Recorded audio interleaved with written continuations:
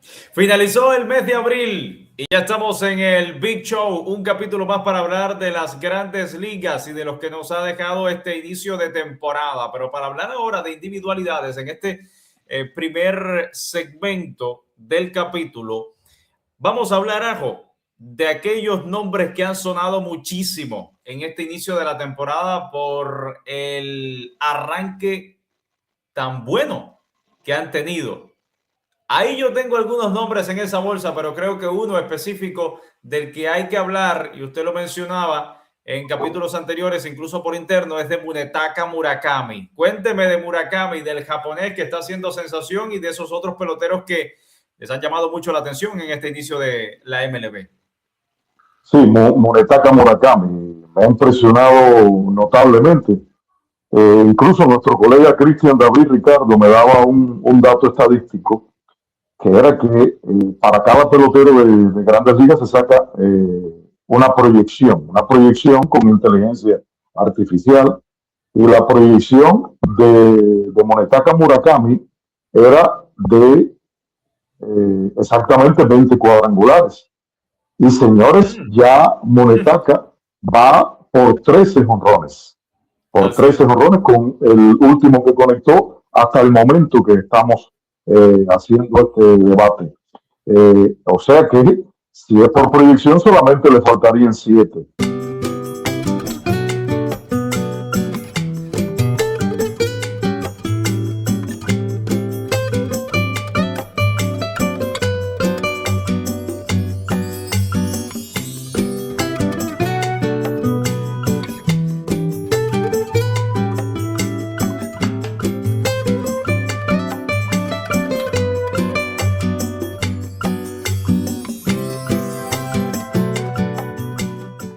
Es un pelotero que, a diferencia de Jordan Álvarez, se poncha mucho. Se poncha mucho porque es agresivo en el cajón de bateo y no tiene, además, la experiencia que tiene Jordan Álvarez, campeón de serie mundial, por supuesto. Es un pelotero que tiene otras características. Los ponches de Jordan Álvarez son ínfimos para un pelotero, para un slugger, exactamente, que no es el caso de Arraez. Arraez sí simplemente es un chocador de bola y por eso y por su calidad deportiva se poncha poco, pero estamos en estos 3 puntos del triángulo. Arraez, que se poncha poco, pero que no tiene por qué batear jonrones. Jordan Álvarez, que sí tiene que batear jonrones y se poncha muy poco. Y Murakami, que tiene 13 jonrones y se poncha bastante. Pero me ha llamado poderosamente la atención. Con respecto al caso de Murakami, se logró una buena elección porque desecharon los grandes equipos y él llega con 26 años a las grandes ligas, y no llega a un equipo, digamos, de superestrellas. Y en los Medias Blancas de Chicago puede notablemente brillar mucho más y lo está haciendo. Incluso es el show actualmente porque es un equipo que está condenado en esta temporada a no ser protagonista. Y me llama mucho la atención y además la velocidad de salida Martinola, que está haciendo los cuadrangulares Es impresionante. de Murakami. Esto también depende de si es curva, si es una recta, por ejemplo, si es un rompimiento más lento, pero la mayoría están sobrepasando la velocidad de salida de las 110 millas por hora. Y es una total sensación. Este japonés que se convirtió en el primero, este dato también me lo daba Cristian y se lo agradezco, y lo estoy saludando de paso, Cristian David Ricardo, colega de la remontada, de que se convirtió en el primer japonés en conectar jonrones en 5 partidos de manera consecutiva. Bueno. No, y además implanta récord de cuadrangulares para los Cachorros o para los Medias Blancas de Chicago, un récord que estaba en poder de un cubano que lleva por nombre José Dariel Abreu. Lo que está haciendo Munetaka Murakami en este equipo, en esta franquicia, es verdaderamente historia. Hay algunos nombres, Ajo, que a mí me han llamado la atención en este inicio de temporada y seguramente usted, más allá de Munetaka, hay otros y quizás coincidamos. Ben Rice, de los Yankees de Nueva York, está teniendo un inicio de temporada espectacular. Se ha convertido en esa pareja que necesitaba Aaron Josh en el line-up ofensivo, pareja que dejó de tener cuando Juan Soto se fue del Bronx para mudarse hasta Queens. Ben Rice está demostrando que lo está haciendo todo bien a la ofensiva, principalmente cuando se trata de aportar valor a las victorias que están logrando los Yankees de Nueva York. Estamos hablando de que es un hombre, el primera base de los Yankees de Nueva York, que está entre los primeros en OPS, también entre los 3 primeros en slugging, esa métrica que mide el poder, y por supuesto entre los 3 primeros en OBP, en este caso. OPS, que es la capacidad que mide, o la métrica que mide la capacidad del bateador para envasarse y para lograr poder conectar extra bases. Ben Rice está entre los mejores en toda la MLB. Está además liderando o entre los líderes en esos cuadrangulares, porque está en el top 6 en este aspecto. Está demostrando mucho poder, mucha consistencia y una madurez enorme. Este pelotero que se está ubicando en cuanto a las estadísticas en el inicio de la temporada 2026 entre los mejores y los peloteros que han causado sensación en la temporada. Otro de los nombres que me ha llamado la atención y que, así como mencionaba de la madurez de Ben Rice, menciono la madurez de Sal Stewart, uno de los responsables de que los Rojos de Cincinnati tengan uno de los mejores récords de victorias y derrotas. La pareja perfecta que ha encontrado Elly de la Cruz para unirse ambos y hacer que la ofensiva del equipo de los Rojos esté así, roja, encendida, on fire en este inicio de la temporada. Sal Stewart, un chico que solamente tiene 22 años, está logrando una consistencia enorme. Él lo hizo en la temporada pasada, las oportunidades que tuvo a la ofensiva, demostró de qué está hecho este muchacho muy joven cuando estamos hablando de las grandes ligas, y ahora tal parece que sea la temporada en la que se comience a hablar de posible candidato a estar entre esos votados para ser jugador más valioso. Tal parece que es muy joven la temporada para hablar de Sal Stewart como uno de los candidatos a jugadores más valiosos, pero es que está dejando números muy, muy buenos. Además, ha marcado un récord para la franquicia hasta esta fecha de cantidad de carreras impulsadas en el inicio de la MLB. Las cifras que está dejando este pelotero de los Rojos de Cincinnati son históricas. Exacto, exacto. Son peloteros que llaman la atención. Y mire, yo tengo por acá las estadísticas de José Soriano, porque también llama la atención. No es solamente buenos, Soriano lo que ha logrado con las 5 victorias que tiene. No solamente son 5. Claro, muy bueno José Soriano. Y digo, porque para mi consideración, no sé cuál será tu criterio, pero ya las victorias quedan con tantas estadísticas que son mejores para medir el rendimiento de un lanzador. Ya las victorias, aunque sí son importantes para ensayos, por supuesto, y para otros premios que se dan en las ligas, pero más allá de las 5 victorias que tiene José Soriano, mira, un promedio de carreras limpias de 0.84. Ya estamos todavía en el primer mes. Hemos cumplido el primer mes, pero es un promedio de carreras limpias de estratosférico. Claro, lo lógico es que un pitcher esté por debajo de 3 en las grandes ligas ya al final de temporada, y los monstruos estén por debajo de 2. Que esos son casos muy exclusivos. Pero mira, Soriano también tiene estadísticas importantes, como los hits permitidos cada 9 entradas, solamente 5.06. Es el cuarto en la lista después, por ejemplo, de Glasnow, que es el que lidera esta lista con 4.42, Lander y Frick. Pero solamente, señores, que un abridor te permita 5 hits, eso es algo importantísimo. Y las carreras permitidas en 9 entradas es el mejor, con 0.84. Imagínense lo que está provocando José Soriano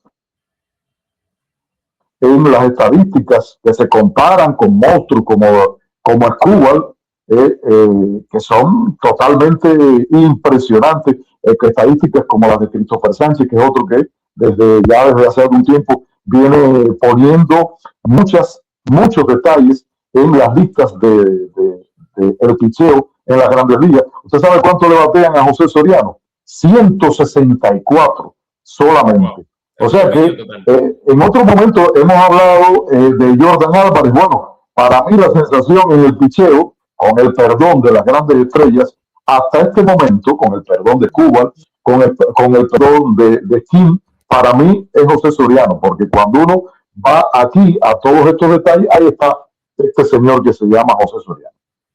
Yo voy a añadirle dos nombres, Ajo, a este listado de los lanzadores, y yo diría que una de las sensaciones ha sido un lanzador de los Yankees de Nueva York. Me voy otra vez hasta este equipo. Cam Littler, que se ha convertido en el principal lanzador en una rotación que mete miedo. Él es el principal lanzador en cuanto a estadísticas, no solamente de este equipo, sino de toda la MLB. Cam Littler, si hablamos de promedios de carreras limpias en estos momentos, hasta este instante que estamos haciendo el Big Show, es el segundo en promedio de carreras limpias. Tiene un whip inferior a 1 como promedio. No se le pasa ni siquiera a un hombre por cada entrada de actuación. Estamos hablando además que tiene una de las tasas más bajas en bases por bolas por cada 9 entradas, cuando ya supera las 30 entradas de actuación. La primera tasa más baja la tiene Tariq Skubal, y en el segundo lugar está este jovencito que ha causado sensación de los Yankees de Nueva York, que se llama Cam Littler. Además, tiene un porcentaje de ponches excelente, de más de 10 ponches por cada 9 entradas de actuación. Está dominando el béisbol a su antojo. Este joven demostró de qué estaba hecho en la postemporada pasada, cuando le lanzó a los Medias Rojas de Boston y les trabajó durante poco más de 5 entradas con 12 ponches. Y ahora en este inicio, en el mes de abril, lo está demostrando, porque es además el mejor por mucho en cuanto a la relación de ponches y bases por bolas.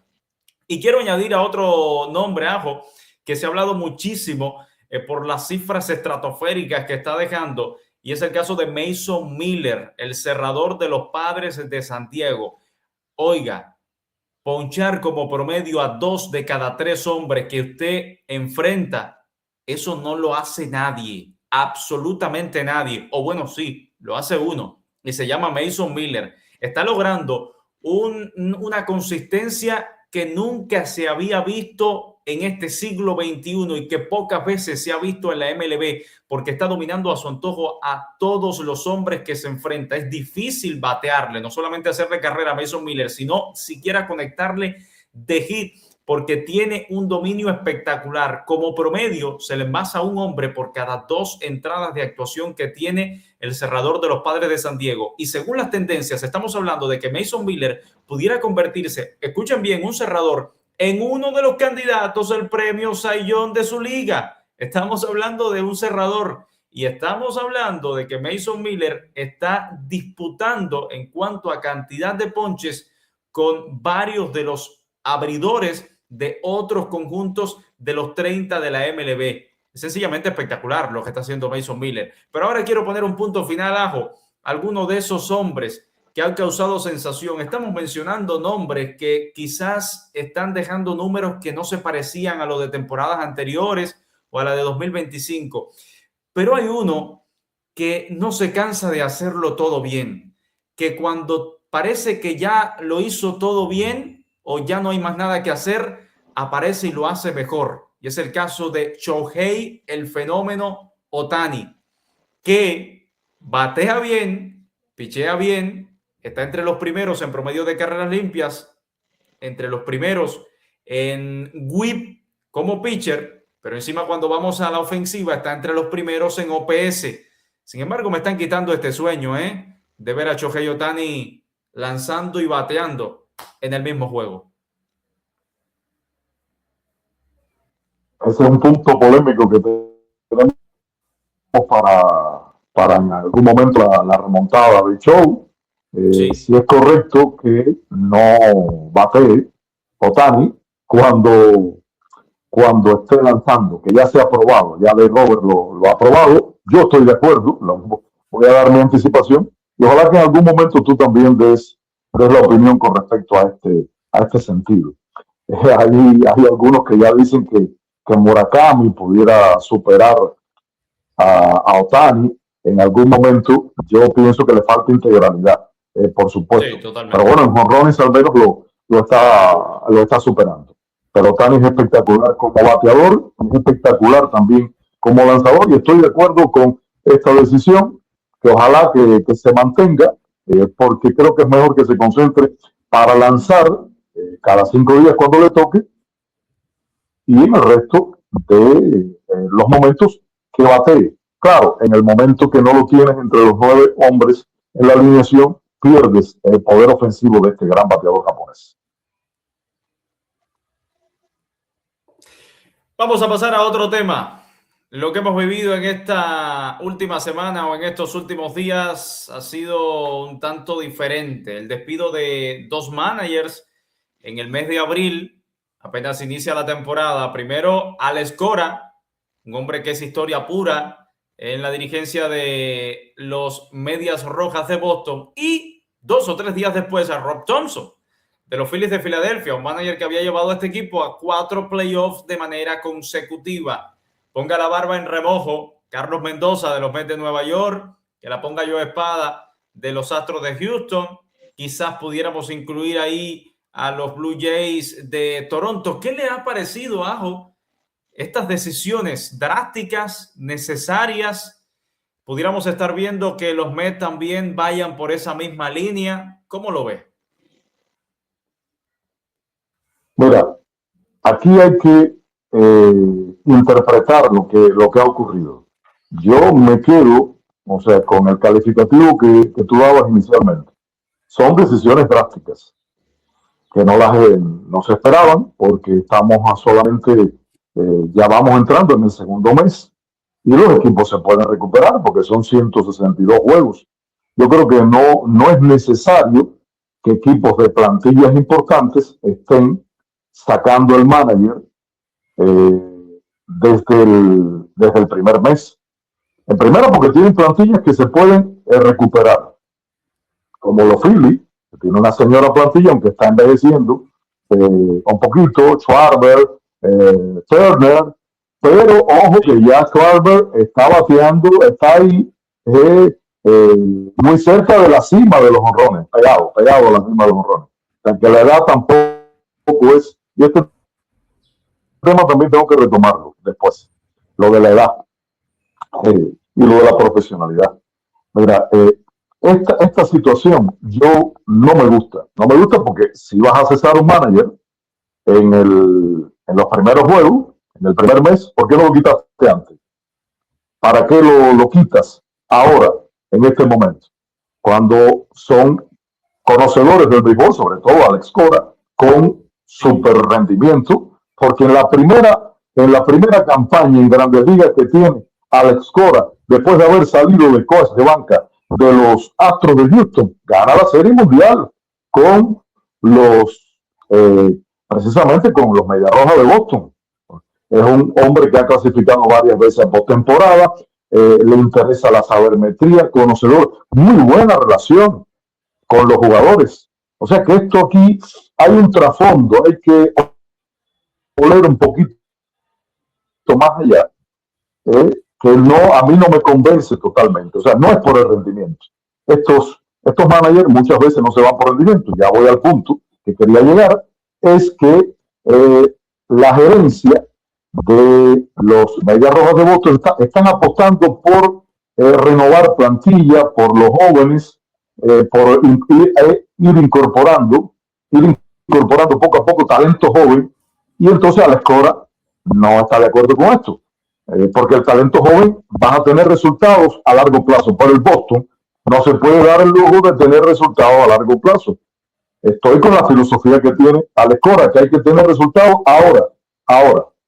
Y cuando estos managers cesan es porque hay diferencias entre la gerencia y el manager, que es lo que sucedió con Alex Cora. Que por cierto, se está cocinando de que en algún momento va a parar en los Phillies, a propósito. Sí, eso se ha dicho. De que estamos hablando de la sesión de Thomson en los Phillies. Lo que Alex Cora quiere tomarse este año un poco sabático, dice que se va a Puerto Rico, debe irse para Puerto Rico con su familia, pero no dudes, Martinola, que en el año 2027 el director de los Phillies de Filadelfia sea el señor Alex Cora, que puede dirigir donde quiera, porque conocimiento y talento lo tiene. Pero toma esa lectura. No es solamente un problema de rendimiento, porque si no, ¿qué hubiera pasado con los Mets? Entonces, ya hubieran volado todas las cabezas de los directivos deportivos de los Mets. Es una cuestión de desavenencias que hay con la parte que pone el dinero, que hace la gestión de cambio de jugadores. Ahí es donde yo veo esto, francamente.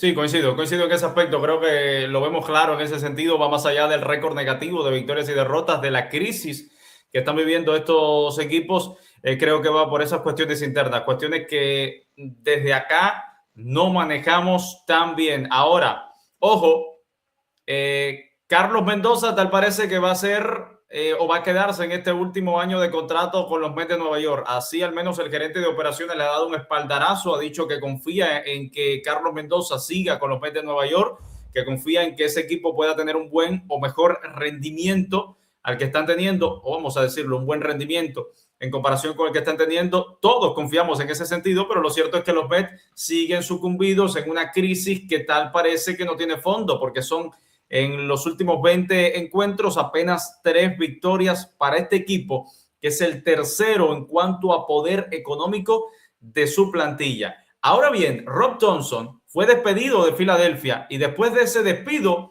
vienen 4 victorias consecutivas al mando de Don Mattingly, manager interino, así se ha mencionado, manager interino, pero ya tiene experiencia en la gran carpa, 12 años, este manager interino de los Phillies de Filadelfia, que más o menos tiene la misma personalidad. Se ha dicho mucho de Rob Thomson, como que no hay mucho cambio en ese sentido, pero parece que los cambios están llegando ya a corto plazo, porque han sido 4 victorias. Ahora, voy al otro punto, Ajo. Cuando tienes un problema tan gordo, tan grande, cuando nada está sucediendo bien, ¿qué es más fácil? Quitar a un hombre. En vez de quitar a 4, 5, 6, 7 u 8 jugadores, es más fácil quitar a un hombre, quitarlo. Te vas de aquí y viene otro y vamos a ver si ese pequeño cambio, al menos puede hacer algo para bien, para el aspecto positivo, para lo que se busca. La cuestión es cambiar. No sé si cambiar de mentalidad, si cambiar de persona, si cambiar de enfoque, pero hay que cambiar algo solamente por el mero hecho de cambiar, y es lo que apostaron los Medias Rojas, es lo que apostaron también los Phillies de Filadelfia. Sí lo creo que hayan sido decisiones tempranas, cuando ni siquiera acabó el mes de abril, tomar esa decisión para 2 equipos que en 2025 estuvieron en la postemporada, que fueron managers que llevaron a esos equipos a la postemporada, que prácticamente tienen la misma plantilla. Pues no se trata de que esos hombres que deben tirar el carril o deben tirar la carreta con todas sus fuerzas no lo están haciendo bien. Y esos hombres me refiero a los que están a la ofensiva y también el picheo, porque estamos hablando además de que los Phillies de Filadelfia están teniendo uno de los peores inicios en cuanto a su picheo en la MLB en los últimos años. Jesús Luzardo no se encuentra con su mejor versión. Aaron Nola tampoco, y son los 2 lanzadores mejor pagados que tiene ese equipo. Ahora regresa Sam Wheeler y se puede presentar una cara diferente para los Phillies de Filadelfia en ese sentido, y al menos se ha mostrado en los últimos juegos. Ahora los Medias Rojas de Boston necesitan más, necesitan otro empujón, porque ni siquiera Garry Crochet, que ahora está lesionado, por cierto, está teniendo un buen inicio de temporada, y no estamos hablando de cualquier jugador, estamos hablando de un jugador que fue uno de los fuertes candidatos al premio Cy Young la pasada temporada. Con los Mets de Nueva York debe suceder algo así. No es que va a suceder, ojo, es que debe suceder, porque los únicos que están haciéndolo bien se llaman el Francisco Álvarez, un receptor a la ofensiva me refiero, y Juan Soto. El resto lo está haciendo muy mal. Estamos hablando de que los Mets son el peor equipo en todas las métricas, tanto tradicionales como avanzadas en la ofensiva, por debajo incluso de los rookies de Colorado en ese sentido. Y para comenzar a cambiar, para que algo sea diferente, yo creo que es más fácil. Como es más fácil quitar a un hombre que sea el que dirija y poner a otro, ese es el cambio, o esos son los cambios que pueden necesitar estos equipos para tratar de mostrar una personalidad diferente, al menos lo que se espera, porque estábamos hablando de que hasta hace un mes eran conjuntos que muchos pronosticábamos como favoritos a clasificar a los playoffs, y ahora el principal objetivo de estos equipos es salir de esta crisis en la que están. Vamos a cerrar con estas historias de la semana. Enrique Ajoparra, voy a hablar de los Bravos de Atlanta. No hay el mejor equipo en estos momentos, en el inicio de la temporada, en cuanto a victorias y derrotas, no son ni los Dodgers ni los Yankees. Son los Bravos de Atlanta que están encendidos, que están mostrando una versión espectacular. Están mostrando la mejor versión de los Bravos de Atlanta desde 1997. Es el mejor inicio de los Bravos desde 1997. Así que el inicio de estos bien Bravos está siendo sencillamente histórico. Entre las otras historias de la semana, me voy hasta uno de los aspectos que estaba mencionando y es la otra cara de la moneda. Los Mets de Nueva York han sido estos 31 primeros partidos de los Mets de Nueva York peores que los primeros 31 partidos de la temporada de 1962. Temporada que fue la peor para los Mets. Esa temporada inaugural de los Mets fue la peor cuando archivaron 120 derrotas. Este inicio de 2026 ha sido peor incluso que esa temporada inaugural de los Mets de Nueva York en la MLB, para que tengamos idea de la crisis tan profunda en la que están envueltos este equipo de Queen. Ahora, otra de esas historias que nos ha dejado la semana, Ildemaro Vargas, el venezolano, hasta este momento lleva 27 partidos consecutivos conectando indiscutibles. Ya es un récord para los D-backs de Arizona y es un récord además para cualquier jugador venezolano en la gran carpa. Y quiero cerrar con los rookies de Colorado, que antes de finalizar el mes de abril, o ya cuando finalizó el mes de abril, cerraron con 14 victorias. Pues la temporada pasada, los rookies alcanzaron 14 victorias a mediado del mes de junio. Estamos viendo una nueva versión de los rookies de Colorado, quizás una versión más competitiva, al igual que de los Chicago White Sox, que están liderados por el japonés sensación Munetaka Murakami. Así cerramos este Big Show. Muchísimas gracias, Ajo. Hasta la próxima.